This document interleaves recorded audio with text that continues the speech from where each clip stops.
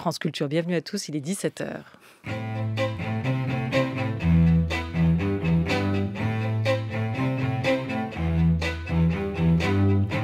Réviser ses classiques tout en s'amusant, tester et améliorer son orthographe sans être noté. Avec Rachid Santaki, nous vous proposons une dictée et sa correction, à faire seul ou en famille, muni d'un papier et d'un crayon, en compagnie aujourd'hui de l'écrivain Kola Gutmann. Une dictée à suivre maintenant sur l'antenne de France Culture, à retrouver en vidéo sur le Facebook de la chaîne et à retrouver aussi, si vous le souhaitez plus tard, sur le fil de vos podcasts. France Culture, la dictée géante de Rachid Santaki avec Olivia Gesbert. Aussi géant que le bonhomme. Bonjour Rachid Santaki. Bonjour Olivia. Et que ses lunettes, évidemment. Et on oui. le rappelle à chaque fois. Ça fait longtemps que vous n'avez pas changé, là, d'ailleurs. Oui, mais j'ai une paire spéciale, C'est vrai. énorme. Pour la dictée de France Culture. La dictée Pour du vous, samedi. je la porterai la semaine prochaine. D'accord, hâte de voir ça. Je prendrai ma loupe. Avec nous aujourd'hui, l'écrivain Kola Gutmann. Bonjour. Bonjour. Auteur de littérature jeunesse, comme on dit, pas que, mais surtout, vous publiez Les Sales Gosses avec les dessins de Magali Lehuche à l'École des loisirs dans la collection 9. C'est bien ça? Ouais, c'est ça. Il y a bientôt 10 ans, vous lanciez Chien pourri, qui a fait série avec les dessins de Marc Boutavant. Gros succès de la littérature jeunesse pour les enfants à l'École des loisirs, toujours. Vous fonctionnez souvent, vous, dans la vie, Kola Gutmann, à base de « et si ». Ah oui, tout le temps. C'est vrai? Tout le temps quand j'écris, en tout cas. Vous vous lancez des défis? Non, c'est pas vraiment des défis, c'est un exercice pour tromper l'ennui.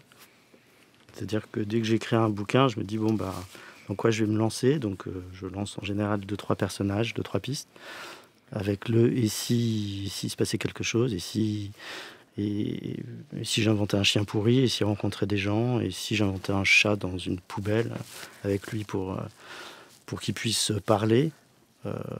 Voilà, donc c'est toujours une sorte de jeu comme ça qui commence par « et si ». Ouais. Un chaplapla, par exemple, qui pourrait discuter avec ce chien pourri. Ils y jouent souvent, eux aussi, Delphine et son petit frère, les deux héros des Sales Gosses qui paraissent ce mois-ci. Ce soir-là, à table, ils testent, ils s'amusent, ils se mettent au défi d'aller au bout de leur idée. Et si on devenait des sales gosses? Nos parents, est-ce qu'ils nous aimeraient encore, plus que tout, malgré tout? Le problème, c'est que le jeu va un peu déraper. En tout cas, ils vont aller au bout de ce jeu-là, aidés par une bande de copains à l'école, et notamment par le sale gosse de la cour de récré, Jimmy, le bien nommé. C'est quoi un sale gosse pour vous, Kola Gutmann? C'est un sale gosse par rapport à quelqu'un. Donc ça peut être par rapport aux adultes, par rapport aux parents, aux instits, Voilà, c'est un sale gosse. Bonne question. Je ne sais pas exactement ce que c'est, mais c'est quelqu'un qui va contre, pour moi, voilà, qui va s'opposer en faisant soit des bêtises, se révolter. Enfin bon, il y a toujours une bonne raison à être ou devenir un sale gosse. Et voilà. Du coup, vos deux héros vont chercher à être les pires sales gosses de la Terre. Ça va passer par des bêtises, ça va passer par des gros mots, ça va passer par une remise en cause de l'autorité, que ce soit celle de l'école, de l'institution, mais surtout celle des parents à la maison. Ils vont tous se mettre au défi et voir jusqu'où ça peut aller. Quel enfant étiez-vous, Kola Gutmann? Oh, j'étais sage. Pas un sale gosse. Non, j'étais pas du tout un sale gosse, non. Quoi, je crois pas. J'étais un gosse qui regardait de côté, qui regardait les sales gosses, d'ailleurs. Parce que les sales gosses, c'est quand même très amusant à regarder. Évidemment, les conneries des autres, c'est toujours marrant à voir. Mais comment dire? Je pouvais pas vraiment me permettre d'être un sale gosse. Sans rentrer dans les détails, mais voilà, j'ai pas eu... J'étais un peu introverti, et puis oui, je regardais beaucoup. J'écoutais, je regardais beaucoup. Et aujourd'hui, vous racontez. Il y a tout un univers des sales gosses, au cinéma d'ailleurs, surtout. Est-ce que le cinéma vous a influencé? Sûrement un peu. Il y a Douanel, il y a les 400 coups, avec sa mère atroce. Ça fait partie, voilà, des raisons d'être de faire des choses qui s'opposent, en tout cas, à l'autorité. Voilà, là, c'est plus un jeu pour tester l'amour inconditionnel que les parents sympathiques déclarent à leur môme en disant mais oui, quoi que tu fasses, je t'aimerai toujours. Voilà, quoi que tu fasses. Et même si le môme est hyper chiant à côté, mais non, ça va, t'inquiète pas. Donc voilà, j'ai entendu souvent des gamins demander comme ça, un peu de manière un peu maligne, mais vous allez vraiment m'aimer tout le temps, et alors qu'ils viennent de faire un truc incroyablement emmerdant pour les parents. C'est quoi pour vous comme espace, comme territoire, la cour de récré Cola Gutmann? Il en était question aussi dans votre roman paru à l'Olivier, le complexe d'Hoffmann, sur ce qui se joue, les rapports de force, les discriminations, le racisme aussi qu'il peut y avoir. Là, c'était un livre pour adultes plutôt. Mais pour vous, qu'est-ce que c'est comme territoire, une cour de récré? C'est forcément un espace de confrontation ou ça peut être aussi un espace de partage? Vous en avez quel souvenir? C'est plein de choses. C'est un espace de jeu, c'est un espace où je me suis beaucoup défoulé, parce que rester des heures sur une chaise, on est très content de courir. Je sais pas, les mômes, ils courent tout le temps à la récré, et puis parfois ils parlent, puis parfois ils se battent. C'est un terrain de socialisation. J'ai des souvenirs très précis, en fait. Souvent, je parle à des amis de leurs souvenirs d'enfance, d'école et tout ça. Et en fait, je m'aperçois à chaque fois que c'est hyper aigu chez moi. Et ça me permet d'écrire aussi je m'en sers vraiment.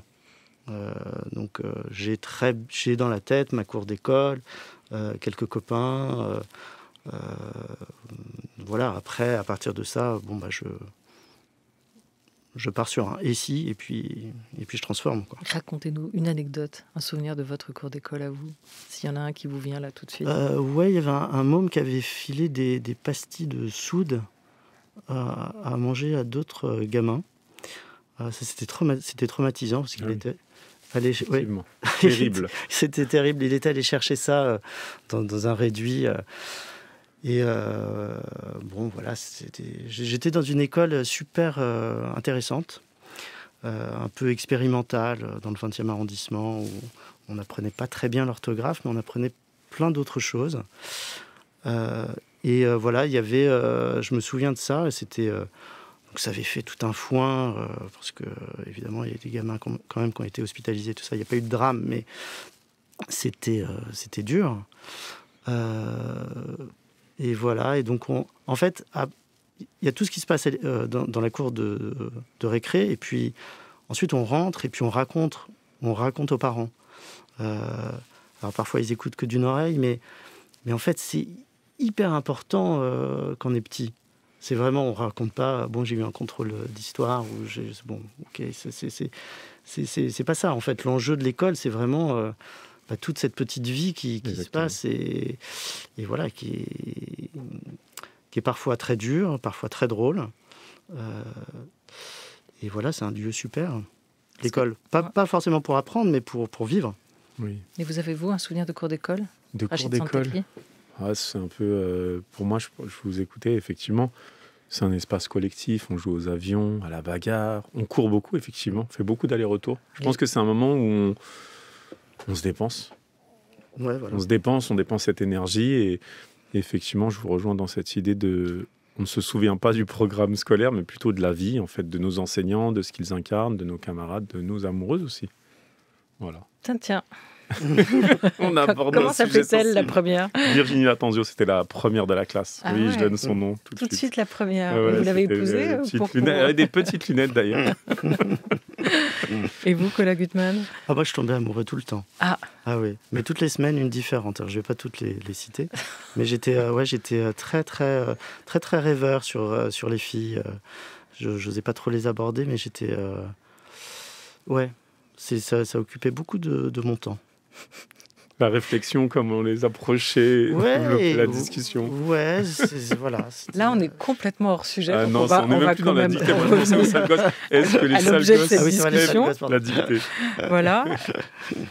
Cola Gutmann qui publie Les Sales Gosses avec les illustrations de Magali Lehuche et qui commet une petite infidélité au dessinateur avec lequel il a, semble-t-il, noué un pacte, au moins pour cette série Chien pourri que vous avez imaginée ensemble et qui est vraiment une série à succès. Ils vont ramener ces 2 sales gosses à la maison, un chien abandonné, là encore. Il s'appelle Quickly et il ressemble étrangement à Chien pourri, le héros de nos enfants aujourd'hui.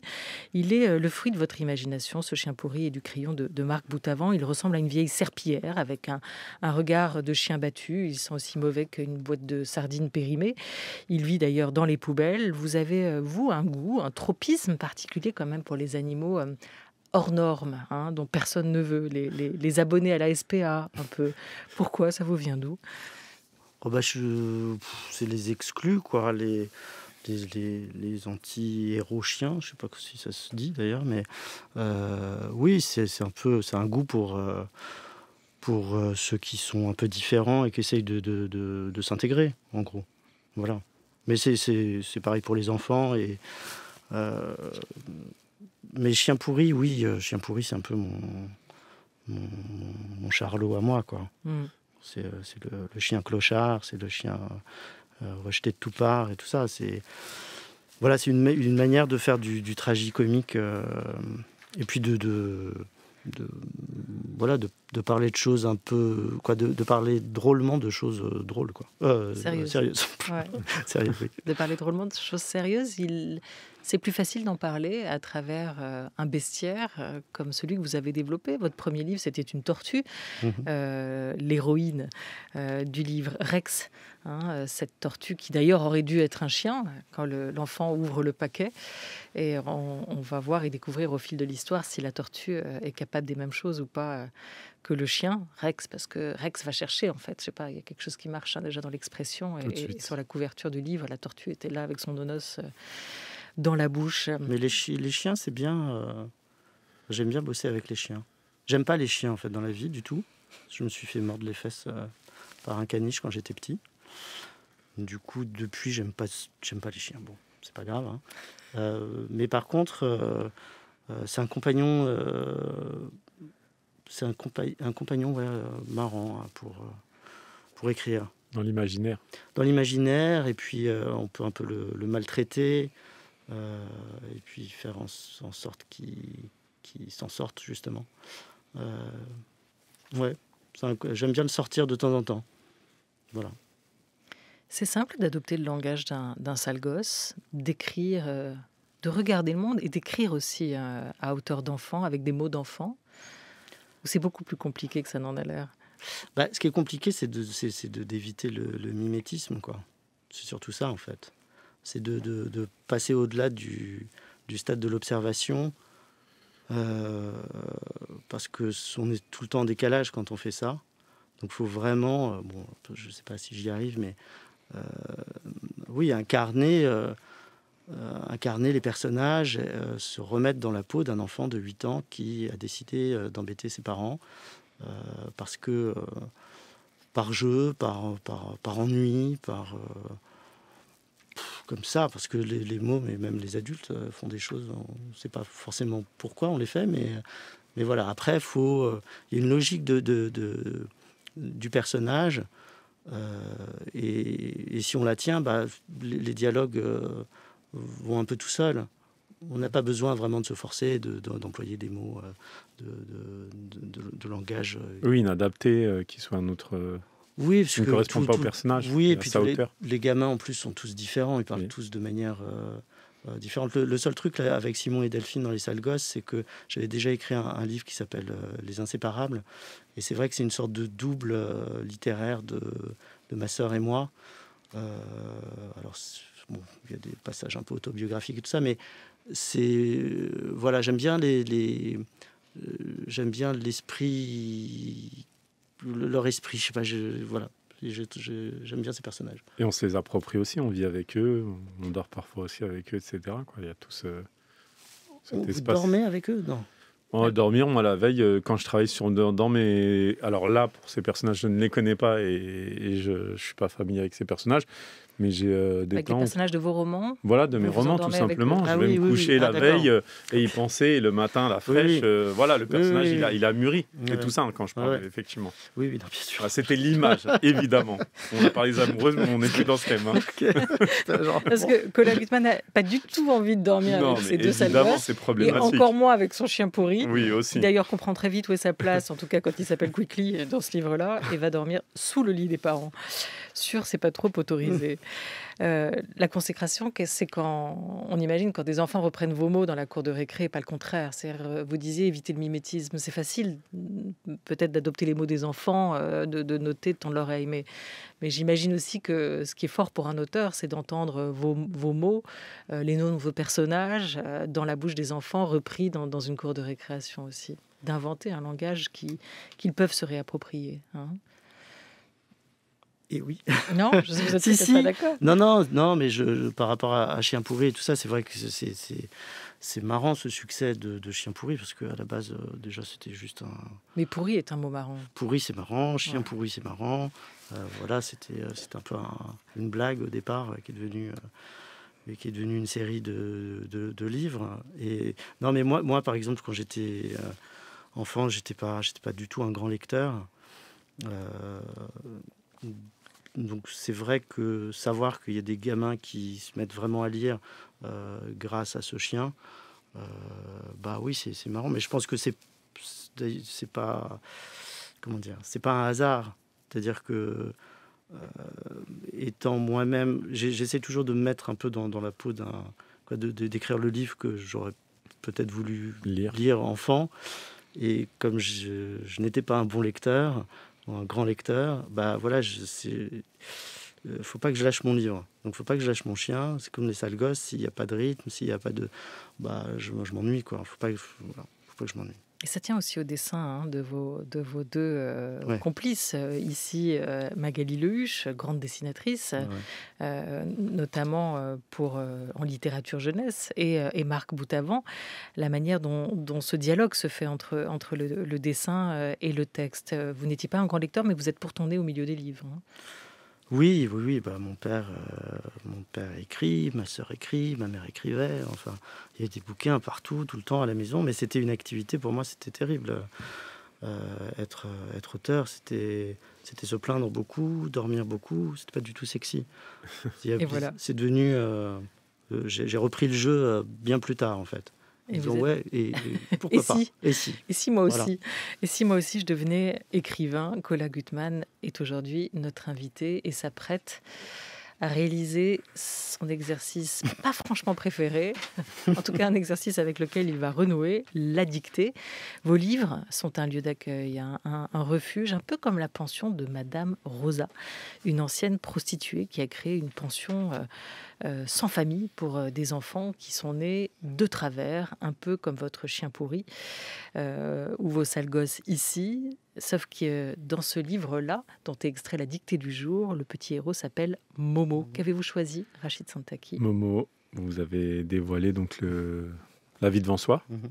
de Romain Gary, et effectivement le passage aujourd'hui de notre dictée est tout simplement le moment où Momo nous parle du fait qu'il essaie de se faire remarquer par tous les moyens. D'ailleurs, il va déféquer dans l'immeuble pour se faire remarquer, chaparder, et en attendant qu'une femme, notamment sa mère, le remarque. Voilà un peu le contexte de cet extrait.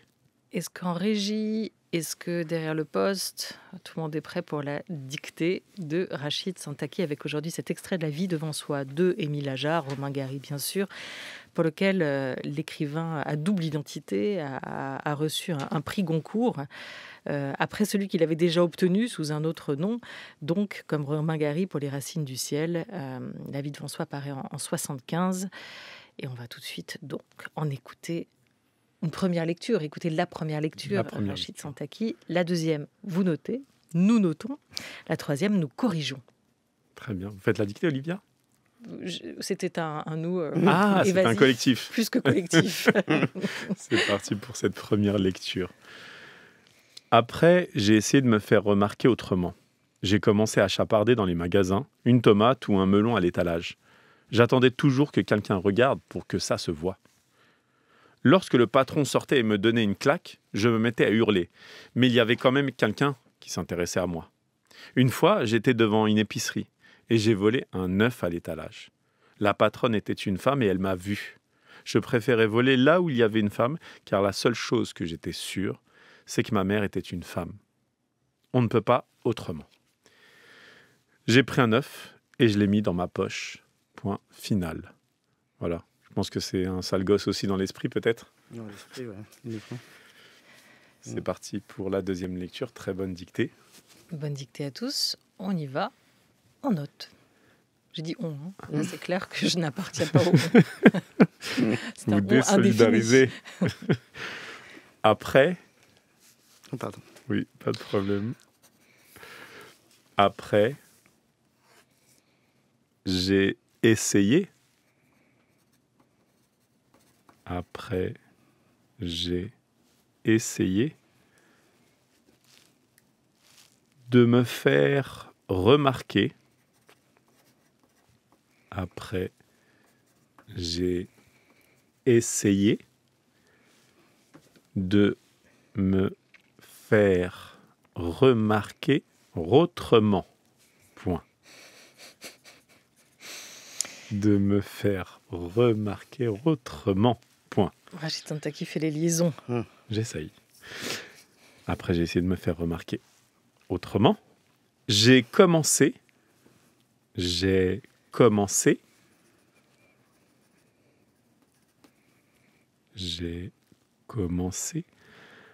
à chaparder.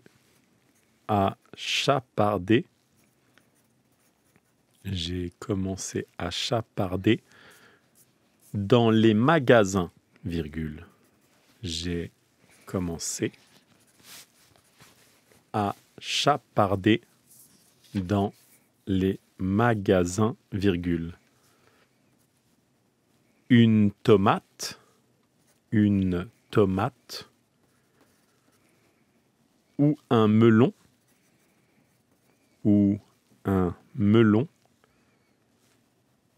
à l'étalage. Point. J'ai commencé à chaparder dans les magasins, virgule. Une tomate ou un melon à l'étalage. Point. J'attendais toujours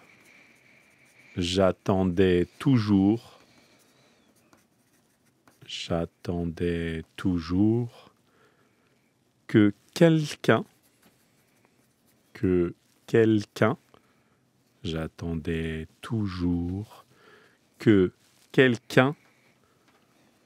regarde. J'attendais toujours que quelqu'un regarde pour que ça se voit. Point. Pour que ça se voit. Point. J'attendais toujours que quelqu'un regarde pour que ça se voit. Point. Fin de la dictée pour les écoliers. Et je vois notre invité qui doute. Fin de la dictée pour les écoliers. Lorsque le patron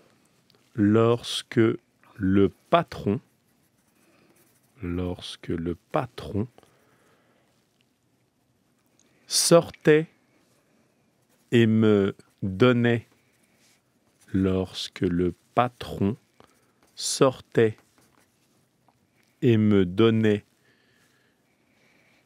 une claque. Lorsque le patron sortait et me donnait une claque, je me mettais à hurler, virgule. Lorsque le patron sortait et me donnait une claque, je me mettais à hurler, virgule. Mais il y avait quand même. Mais il y avait quand même.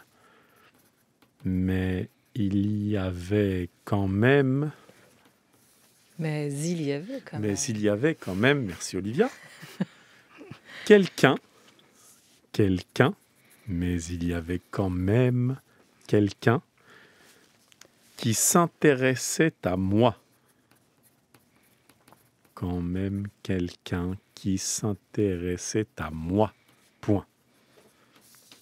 Mais il y avait quand même quelqu'un qui s'intéressait à moi. Point. Une fois, virgule. Une fois, virgule. J'étais devant. Une fois, virgule. J'étais devant une épicerie. Une fois, virgule.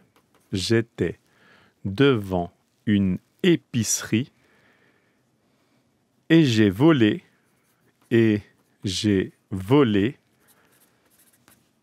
un œuf. Une fois, virgule, j'étais devant une épicerie et j'ai volé un œuf à l'étalage. Point. Une fois, virgule, j'étais devant une épicerie et j'ai volé un œuf à l'étalage. Point. La patronne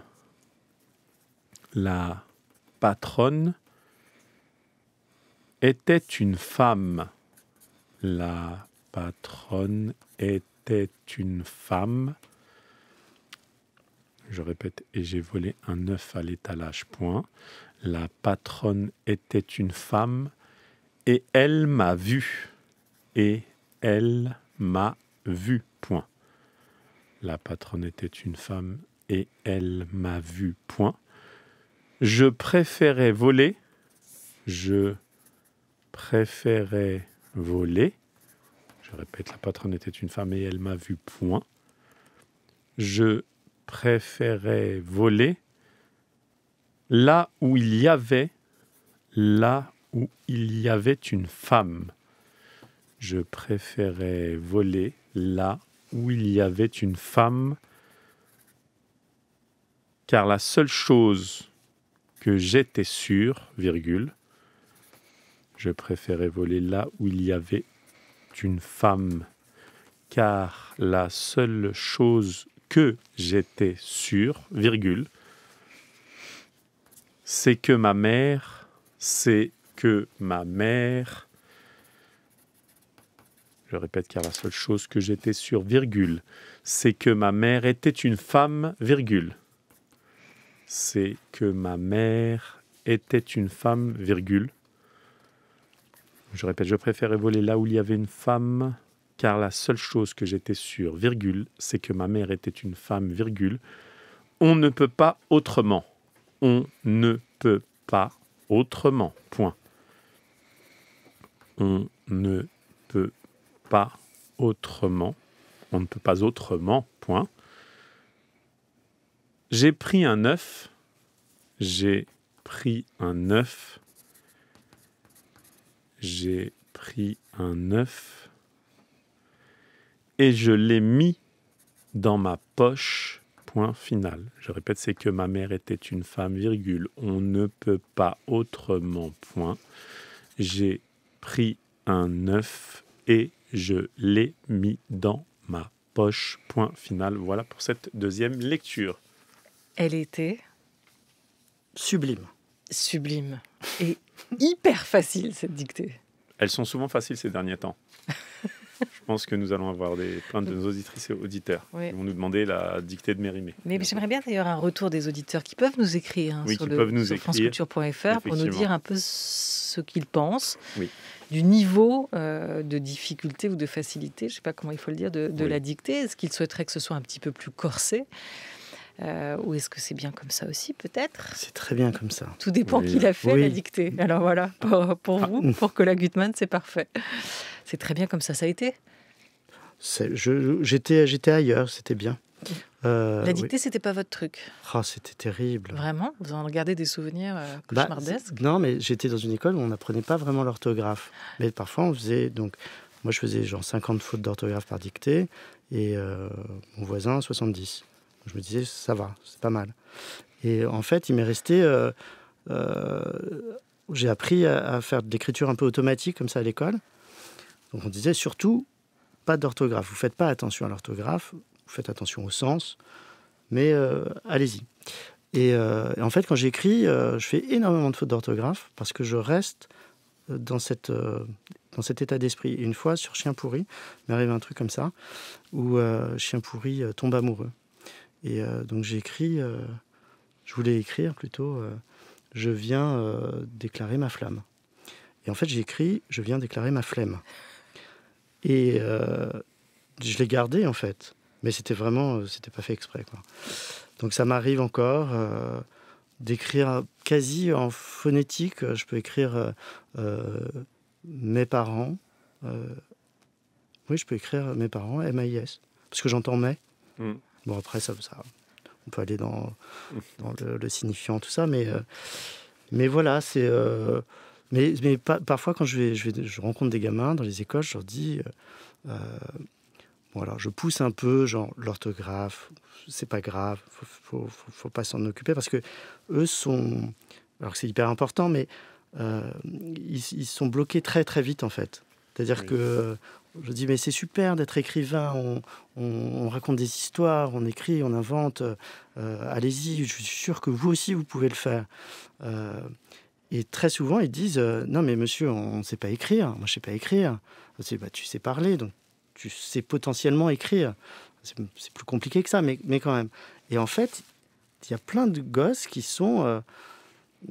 voilà, ils n'ont pas les outils et ils s'empêchent. Et alors là, après, il faut ramer pour les récupérer. Dans la création, hein, je ne parle pas, non, évidemment.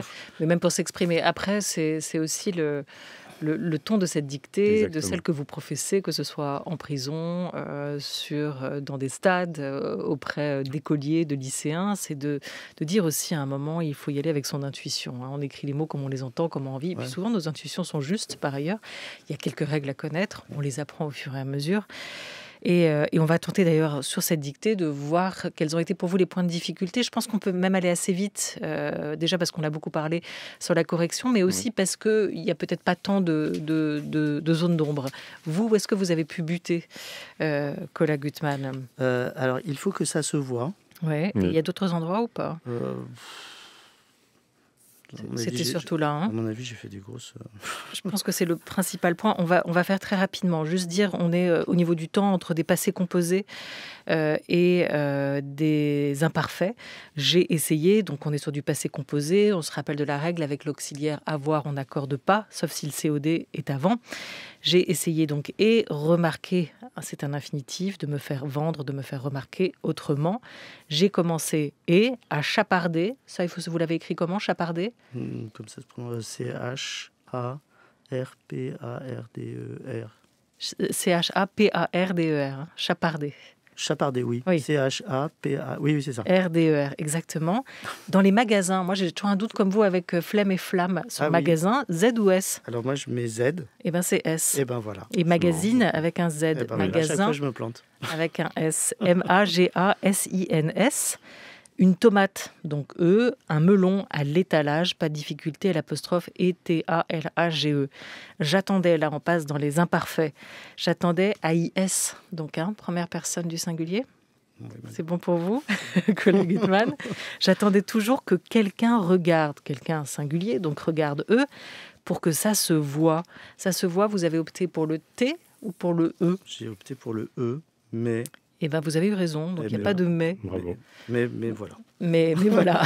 Mais voilà. Exactement. La règle, en fait, elle est finalement assez simple. Pour que est toujours suivie du subjonctif. Donc là, on est avec un subjonctif présent pour que ça se voit. CCD, pardon, A, plus loin S-E, V-O-I-E. Et parce que, en revanche, est toujours suivi d'un indicatif. Ça, c'est une erreur. Il n'y en a pas là, ici, mais c'est une erreur qu'on commet souvent. De mettre un subjonctif après parce que. Et c'est toujours avec... non, après que, pardon. Après que, on met souvent des subjonctifs, alors qu'il faut mettre un indicatif. Alors que pour que, toujours subjonctif présent. Ici, enfin, toujours subjonctif, ici présent. On continue. Pour que ça se voit, VIE. Lorsque le patron sortait et me donnait, AIT, une claque, C-L-A-Q-U-E, pour ce mot, que vous avez déjà dû écrire et employer, Kola Gutmann, je me mettais AIS à hurler, infinitif, H-U-R-L-E-R, mais il y avait quand même quelqu'un qui s'intéressait à IT, pas de difficulté je crois ici, à moi. Une fois, j'étais à IS devant une épicerie, D-E-V-A-N-T, épicerie, et j'ai volé. C'est composé très simple, auxiliaire, avoir, pas d'accord. Un œuf, O-E dans l'eau, U-F, à l'étalage. La patronne, avec 2 N, était une femme et elle m'a vue. Alors là, on a un COD avant l'auxiliaire, avoir, on pourrait accorder, sauf que elle a vu Momo, et Momo est un garçon, donc vu V-U. Je préférais à IS voler ER, là où il y avait une femme, car la seule chose, seule, on n'oublie pas le E, chose étant féminin, que j'étais sûre, j'aurais dit dont j'étais sûre, mais bon, je ne suis pas Romain Gary, donc je ne parle pas comme Momo, que j'étais sûre, toujours S-U, accent circonflexe, R, c'est un garçon, donc pas de E, c'est que ma mère était une femme. On ne peut pas autrement, pas de difficulté. J'ai pris, vous n'avez pas fait la liaison, mais j'ai pris un œuf, oui, je voulais RIS, oui, laissez un petit peu de... Un peu quand même. Hein et je l'ai mis, l'œuf, dans ma poche, mis M-I-S. Voilà. Même pas de faute. Ça va.